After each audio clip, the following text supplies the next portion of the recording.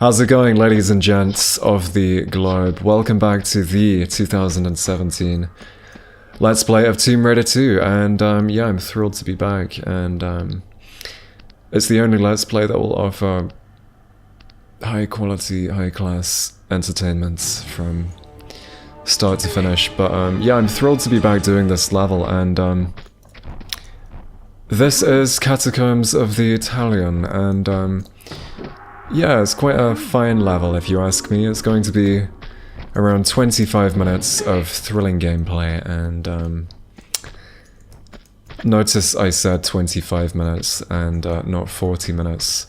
Yeah, it is actually a little bit, or quite a bit shorter than the part prior to this, and I don't know why I have so many grenades, but I shall be utilizing those little fellers in this part, but because we do get ambushed by some beasts hiding in dark places, and this really is a level full of ambushes. We get so many just trying moments that we have to overcome, and yeah, I'm gonna get all the secrets. I think the only part of this, of course, I've already done the stream of I've done way more than this anyway. You know, in the stream of Tomb Raider 2, I did one save per level, and what was it? One save per level and all the secrets. But in the Let's Play, I'm just gonna be saving shamelessly, and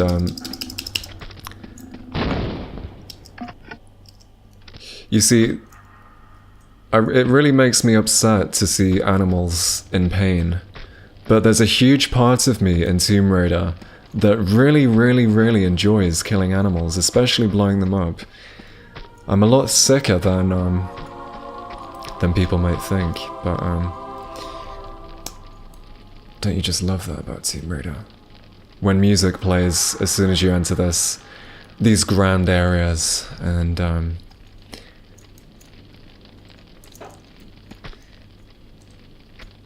I know there are lots of I mean, yeah, there are lots of games that have huge expanses these days as well, but nothing did it quite like the classic Tomb Raiders.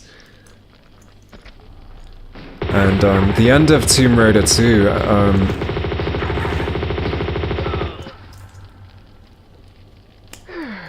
is made up of a lot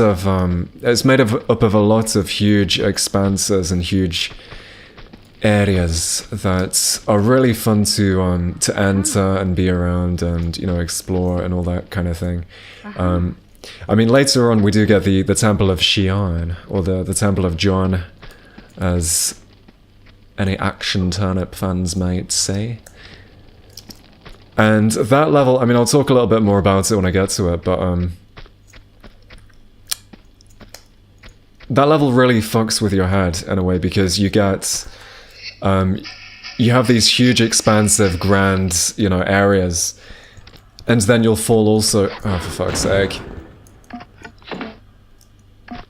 Did I blow them both away? Fucking hell.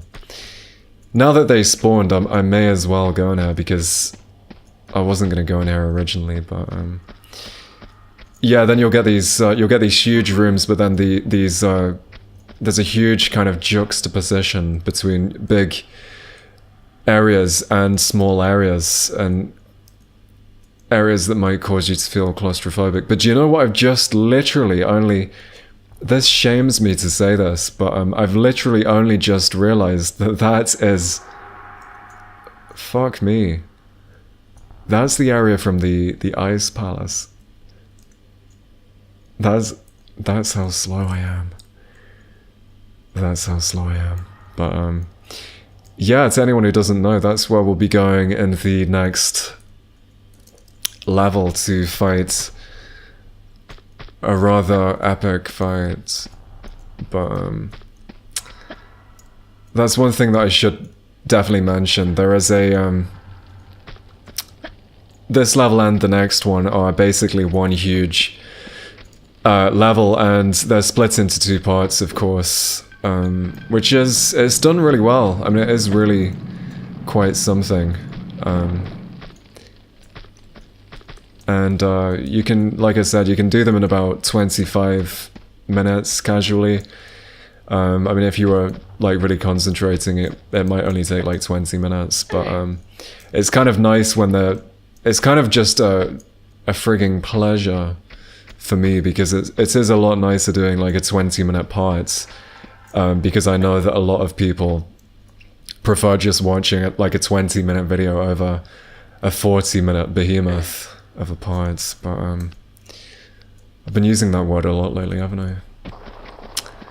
But today I ran into an American on the metro, and he asked me, what was it he asked me? He asked me if there was a place to charge his phone on the metro, and I told him no, you'll have to go to a cafe. But that was today's adventure. But slightly more on topic, this sprite, this is gonna make people gasp for air as soon as I tell this little factoid. That, in my opinion, is the finest sprite in the entire game. I know, shocking stuff. But yeah, totally. Objectively, I mean, it's objective fact, let's face it, but the attention to detail on that kind of thing, and the fact that there is a 3D version as well, really, I just have to applaud core design for these fine amounts of efforts. And the ambushes begin, ladies and gents.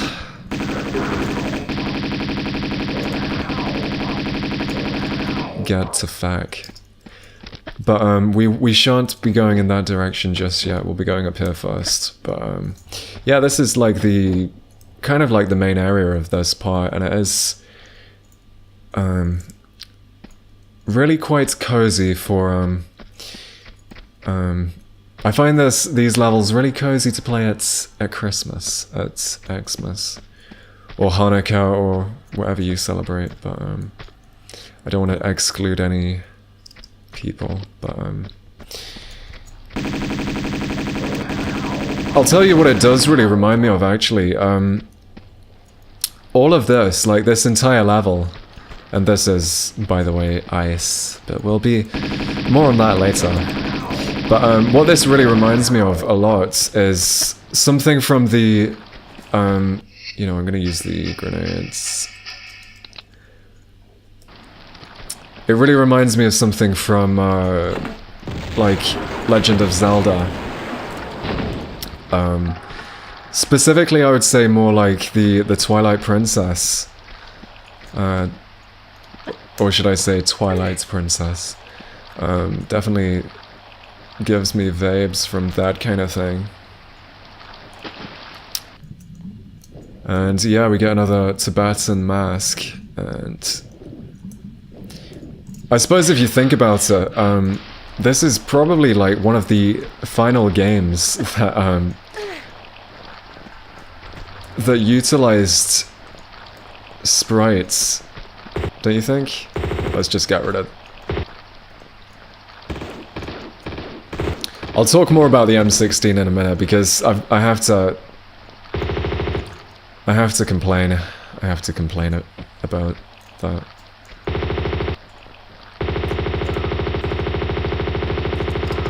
Excellent. Anyway, where were we? Yeah, I was talking about sprites, and yeah, because in Tomb Raider 3, of course, all the items suddenly became 3D. They became parts of the third dimension, and it's done well. But I've always said that I do definitely prefer the there's something a lot more cozy about the sprites, I think, in my opinion. Because they are like little pieces of art, I think. But I'm gonna clamber up this this wall because if my memory serves me correctly, I think there are some grenades with Lara's name on them. Hey, what do you know? There's this guy, this comedian. I have no idea how my brother found him, but there's this comedian who's basically just like a small town comedian. So I don't even know how the hell my brother found him, but there's this comedian called Vic Di. He's an Italian-American, whatever.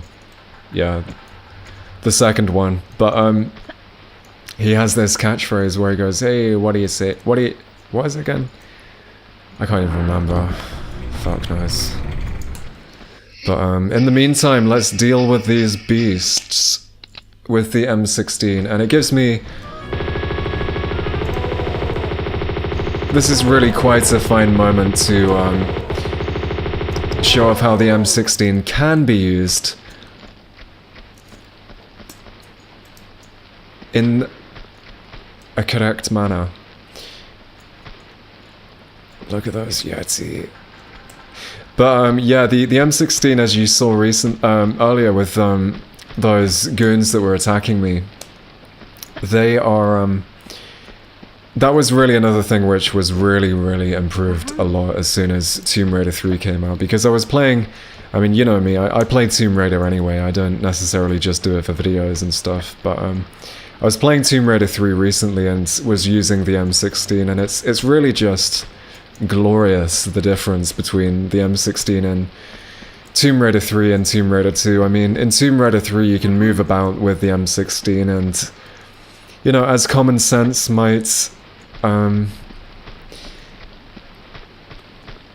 don't know, like, as you might expect, you'd be able to use it, but in this game you really... The way it's programmed, I don't know if it's because of limitations or anything. Once again, it's one of those things where if Lara could move and use the M16, it wouldn't be Tomb Raider 2, would it? It would just be... It wouldn't be the same. It is part of what gives this game its charm and everything, but it is a tiny bit... to people who aren't used to it, and maybe people who are more used to playing new games, it does become very frustrating, I would imagine, for those people to yeah, essentially just be locking onto an enemy at one point, and then totally just be told by the game, or basically almost like in Lara's voice, no. You know, it is a bit fucky, but such as Tomb Raider 2. But yeah, we get another ambush up here, and what I'm gonna do is get rid of this guy, and then I'm gonna try to... Let's see if we can do this. What I prefer to do is do the badass games technique, where you simply jump up, you lure them out, and then you fall back down. But I don't know if I...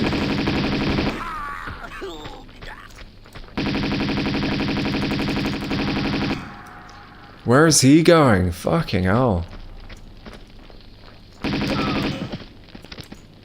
What's that guy on? But yeah, that's another thing which I think could get irritating for those who aren't connoisseurs of Tomb Raider. I think they would get a little bit annoyed about how enemies can actually shoot through physical objects and walls and things. I mean, in any other game, it shouldn't happen, but for some reason with Tomb Raider 2, I don't know if it's because of the age or because it is just such a an incredible adventure, we kind of just give it we give it kind of like a pass. We don't even like talk about it or talk about it as a bad thing or even a problem that exists. People tend to just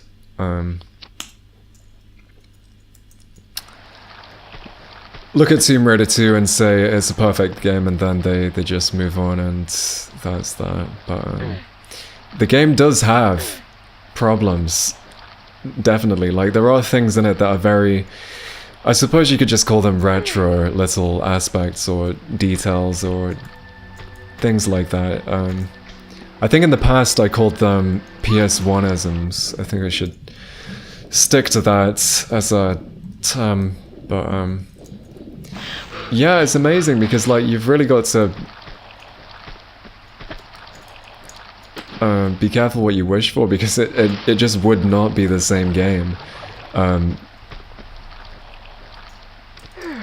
It wouldn't be the same game if they weren't there, you know. But I guess one thing which I haven't spoken about yet in this part is the Yeti, which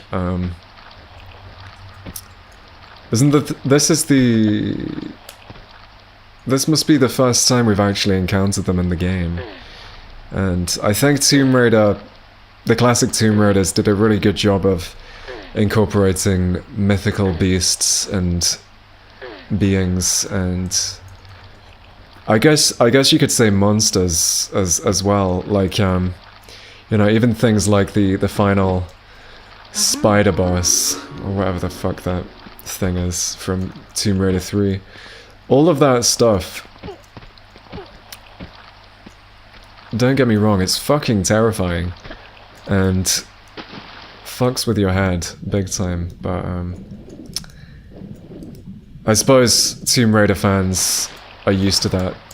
I think that's the reason why people, that's really, in my opinion, what separates a Tomb Raider fan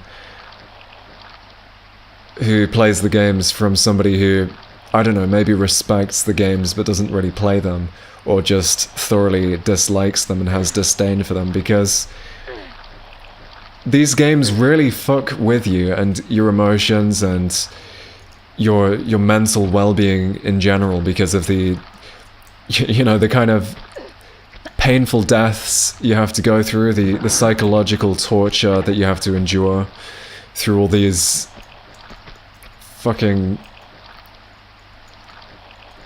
downright creepy areas towards the end of this game. And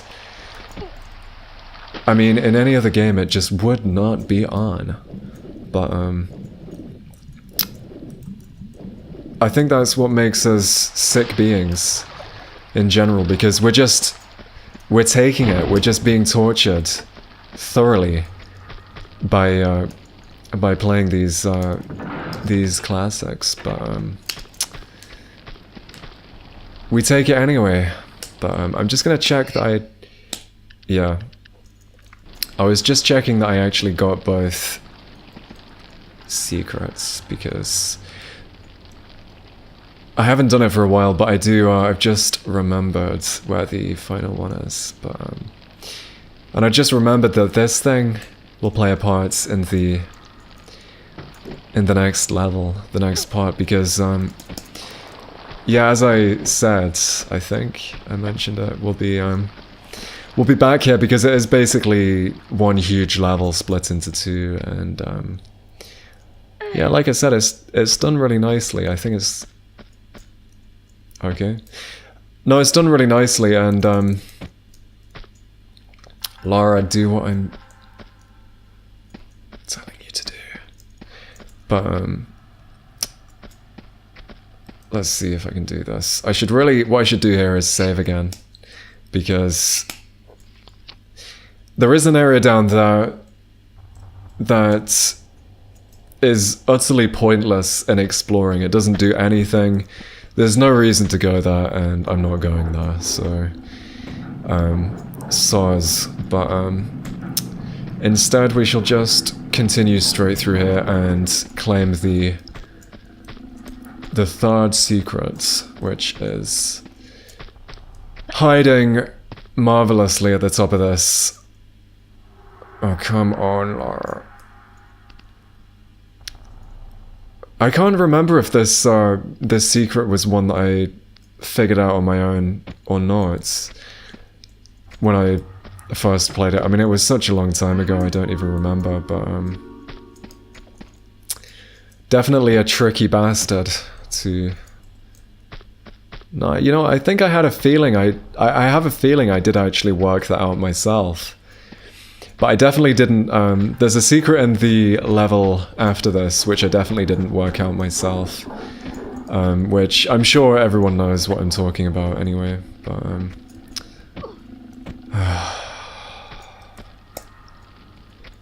never mind. We're so close to the end.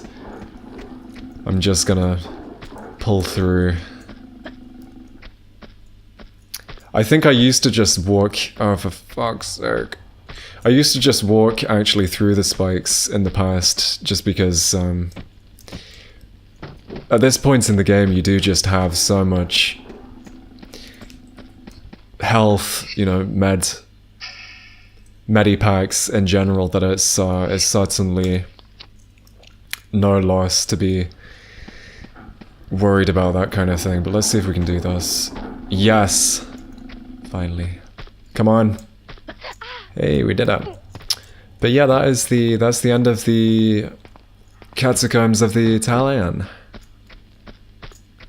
Excellent. And that really was a short part. 21 minutes and 48 seconds. Catacombs of the Talion, and all 3 secrets. And I shan't keep you all waiting. I shall just continue, and yeah. I'm really looking forward to the Ice Palace, which will be the next part, which is, what, part 14? I think this was part 13, but without any further ado, I hope you enjoyed the part. I hope you like and subscribe, and thanks for watching. Yeah, so until next time, goodbye.